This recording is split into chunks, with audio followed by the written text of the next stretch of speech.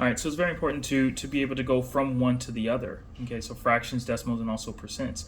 And so, so for example, in terms of fractions, want to understand just very common ones, like for example, 1/2.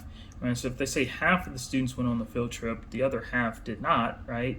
And so when identify that, that's going to be 0.5 as a percent.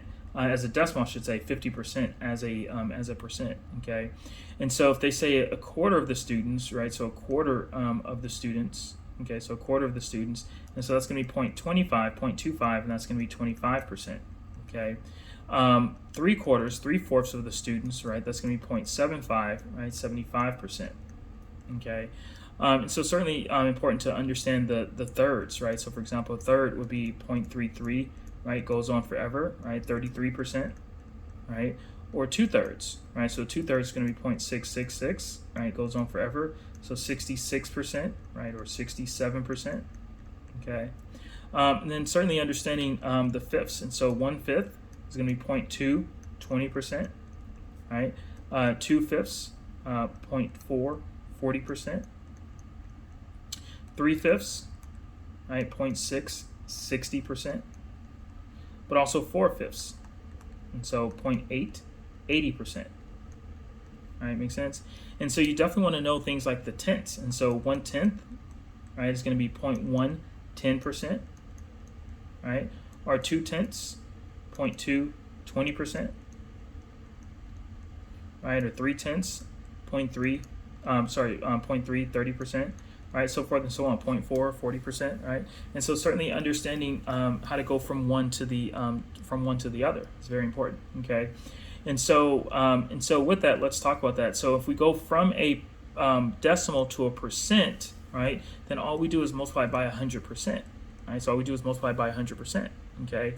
And so if or what we can do is just take the decimal place and move it over 2 spaces to the right, right? So if we move it over 2 spaces to the right, then that then gives us percent, okay? If we go the opposite direction, right, then we're going to divide by 100%, and so take the decimal place and move it over 2 spaces to the left, okay? And so if we move it over 2 spaces to the left, that automatically gives us going from percent to a decimal, okay? And so, so what if we want to go from a fraction to a decimal? So if we're going to want to go from a fraction to a decimal, we have to recognize that our denominator will not go into the numerator, right? So 4 will not go into 3, okay? But now 4 will go into 30, right? So it goes into 3 0 times. You put our decimal place there, right? 4 goes into 30 7 times, and so 7 times 4 is going to be 28, right? So we subtract the 28 from the 30, we get a remainder of 2. Okay, put another 0 placeholder, bring that down, right? That gives us 20, and so 4 goes into 20 5 times. Okay, so that's how we get 0.75. So 5 times 4 is going to be 20. Right, so that gives us 0, right? So that's how we get 0.75. Okay, so what about if we want to go from a decimal to a percent, right? So if we want to go from a decimal to a percent, so we had our question before where it gave us a decimal, and then we had to look for our answer choices, right? And so what if we want to, and all of our answer choices were fractions? So what if we want to go from a decimal to a fraction? Right, so in this case, not a percent. Sorry, if we want to go from a decimal to a fraction. So here's what we got to make sure we understand. So we have 0.6. So we have 0.6. Okay. So anytime you have a number, so very important to recognize. Anytime you have a number, right? So a number, it's a number per 1, right? So it's a number per 1. If you have percent, it's percent out of 100%. But anytime you have a number, it's a number per 1, right? So it's a number per 1. Okay, and so given that, a lot of people like to say, well, I don't like working with fractions when dealing with decimals. Then my answer to you is then don't, right? You don't have to, right?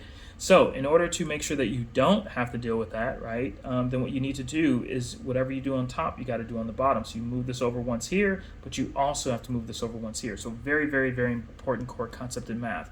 Whatever you do on one side, you have to do on the other side. Whatever you do on the top, you got to do on the bottom. And so it has to be equivalent, okay?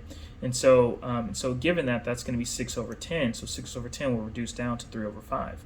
All right, make sense? All right, awesome. Any questions there?